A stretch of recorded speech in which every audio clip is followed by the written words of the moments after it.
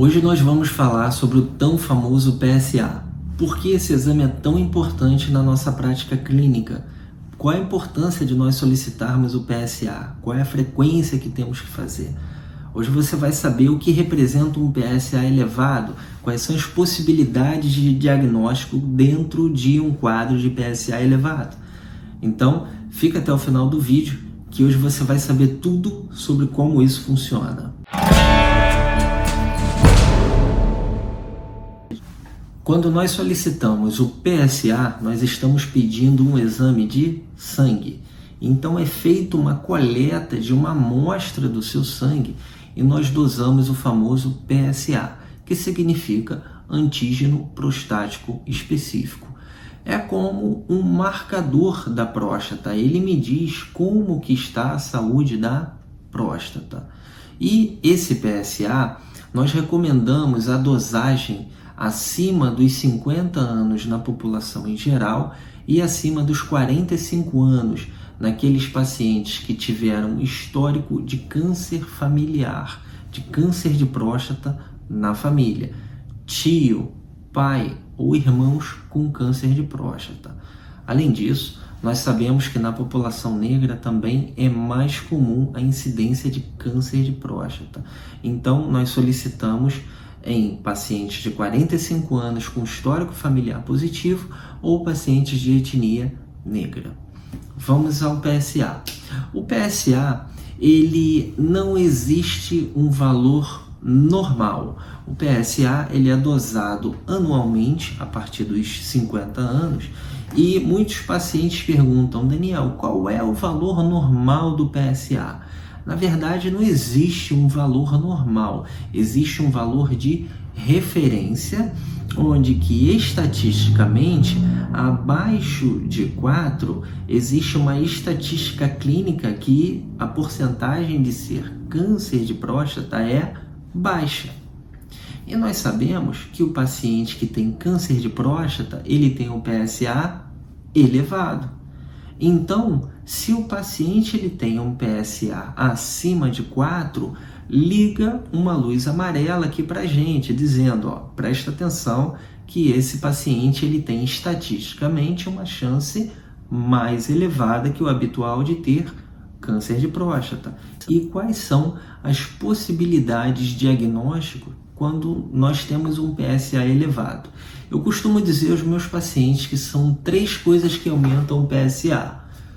Prostatite, que é a inflamação da próstata, próstata aumentada, ou o famoso HPB, hiperplasia prostática benigna, ou o câncer de próstata. Então, quando nós dosamos o PSA de um paciente acima de 50 anos e ele vem com um PSA elevado, nós temos estatisticamente uma chance maior de ser câncer de próstata, mas nós podemos ter um quadro de prostatite, próstata aumentada e câncer de próstata também.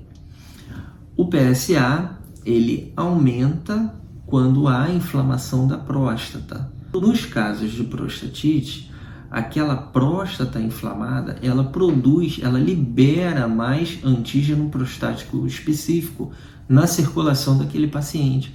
Então, paciente que tem infecção da próstata e que a próstata está inflamada, ele libera um PSA aumentado na corrente sanguínea e nós conseguimos dosar isso. Então, paciente com quadros de prostatite, ele vai ter um PSA mais aumentado que o habitual. Pacientes que têm hiperplasia prostática benigna são pacientes que têm um volume de próstata maior, ele tem mais tecido prostático que produz PSA.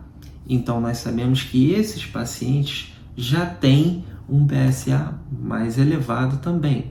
E o paciente com câncer de próstata, a proliferação celular também das células prostáticas aumentam o PSA liberado.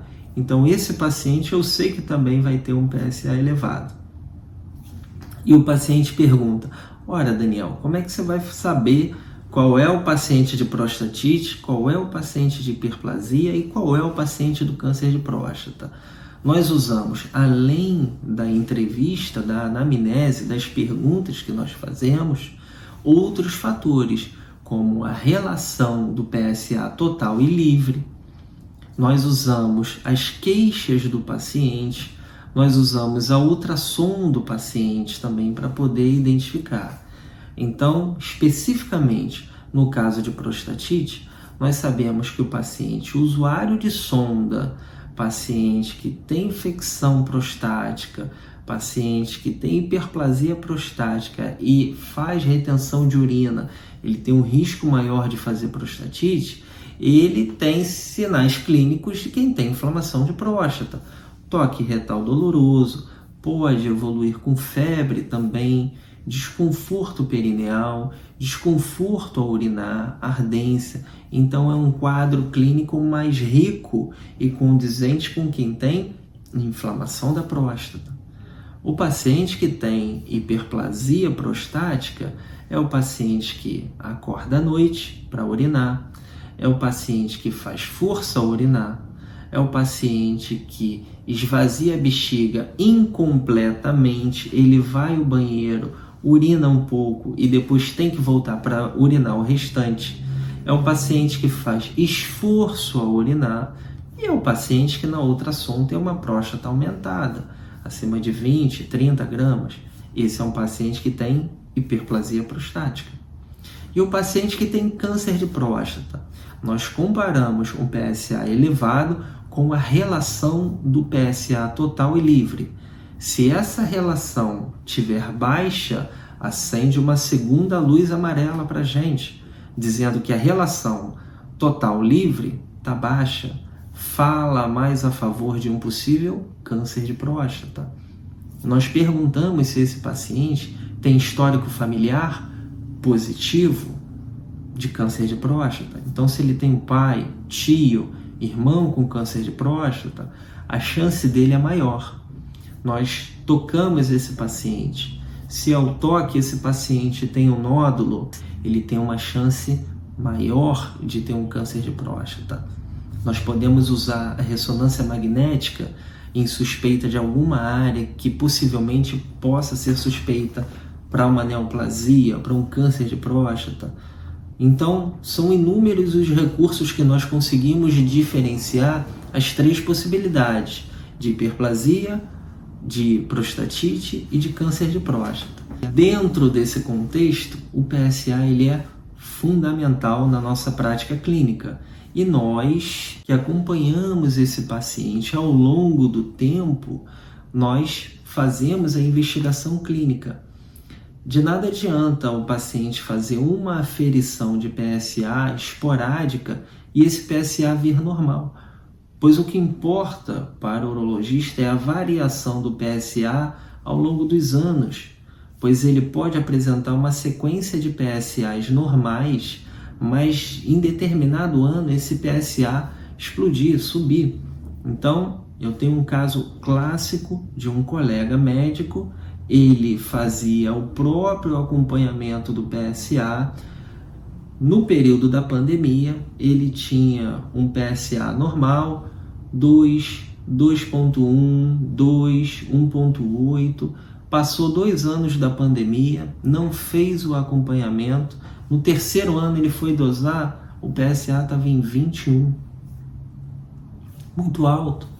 Então subiu muito. Eu tinha uma referência temporal prévia desse paciente, ele tinha uma linearidade e de repente esse PSA disparou, o que chama muito a nossa atenção. Fez a ressonância, biópsia, confirmou, identificamos um câncer com 3, 4 anos de evolução. Então esse paciente ele perdeu tempo. Por quê? Ele por conta própria decidiu fazer a aferição do PSA, não fez a investigação de outros fatores.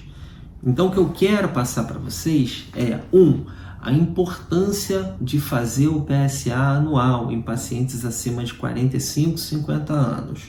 2, a importância de acompanhar com um especialista, com um urologista. 3, saber que nós temos inúmeras armas diagnósticos para poder investigar, aprofundar essa investigação clínica. E 4, ter o comprometimento do acompanhamento anual.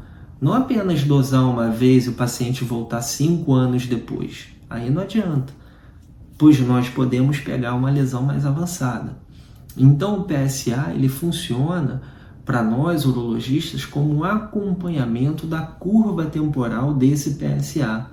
Qualquer aumento acima de 0,85 nanograma ml ano alerta a luz.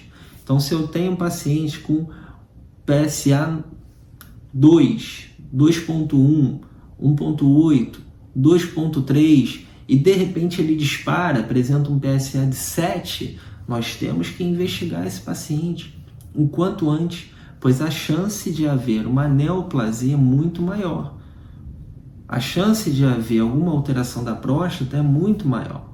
Então, explico isso a todos os pacientes. É importante que vocês tenham a conscientização da seriedade dessa doença e que nós temos cerca de 68 mil novos casos por ano de câncer de próstata, onde cerca de 15 mil pacientes vão falecer dessa doença por ano.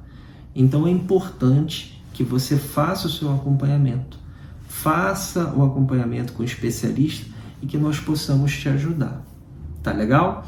Era isso que eu queria passar, um pouquinho sobre como funciona o PSA para que você entenda a importância completa.